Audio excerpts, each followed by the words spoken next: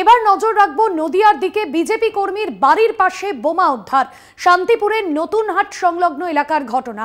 ঘটনাস্থলে শান্তিপুর থানার police. BJP কর্মীর বাড়ির পাশ থেকে বোমা উদ্ধার এবং শান্তিপুরের নতুনহাট সংলগ্ন এলাকার ঘটনা। ঘটনাস্থলে পৌঁছেছে শান্তিপুর থানার পুলিশ। বিজেপি কর্মীর বাড়ির পাশ থেকে বোমা উদ্ধার, বালতি বালতি বোমা উদ্ধার, সেই ছবি আপনাদের সামনে তুলে ধরছি। রূপম রায় আমাদের প্রতিনিধি রয়েছেন ফোন লাইনে। রূপম, ওই বিজেপি কর্মী তিনি কি বলছেন এ বিষয়ে, পুলিশ বা কি বলছে?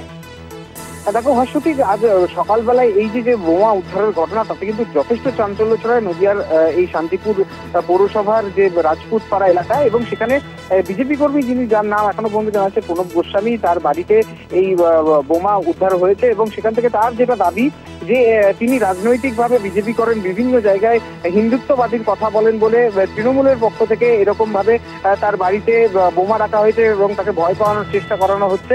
এবং ঘটনাস্থলে পুলিশ গিয়ে সেই বোমাগুলি উদ্ধার করেছে ঠিকই, কিন্তু অপরদিকে বিজেপি যে তোলা অভিযোগ সেগুলো কিন্তু পুরোপুরি নস্যাৎ করেছে তৃণমূল কংগ্রেস উদ্বিগ্ন কিভাবে এই বোমা আসলো। তবে ভাস্বতী, যেটা বলার বিষয় যে এই সাত সকালে বোমা যখন উদ্ধার হয় তারপরে এলাকার মানুষ প্রথমে দেখতে পান, তারপরে প্রণববাবু দেখতে পান এবং তারপর থেকেই চাঞ্চল্য ছড়ায় গোটা এলাকায়। শান্তিপুর থানার পুলিশ গিয়ে বোমাগুলিকে উদ্ধার করেছে এবং সেগুলোকে নিয়ে আসা হয়েছে, অন্যত্র রাখা হয়েছে প্রশাসনের তরফে। এবং প্রশাসনের তরফ থেকে যেটা জানা যাচ্ছে, এই বোমা কোথা থেকে আসলো, কে বা কারা রাখলো, কি কারণে রাখলো, সেটা তদন্ত সাপেক্ষ, সেটা ইতিমধ্যে তদন্ত শুরু করেছে শান্তিপুর থানার পুলিশ। আর এই যে বোমা উদ্ধারের ঘটনা, এইটা নতুন করে কিন্তু একটা রাজনৈতিক চাঞ্চল্য ছড়িয়েছে শান্তিপুর জুড়ে। ভাস্বতী, ধন্যবাদ রূপম।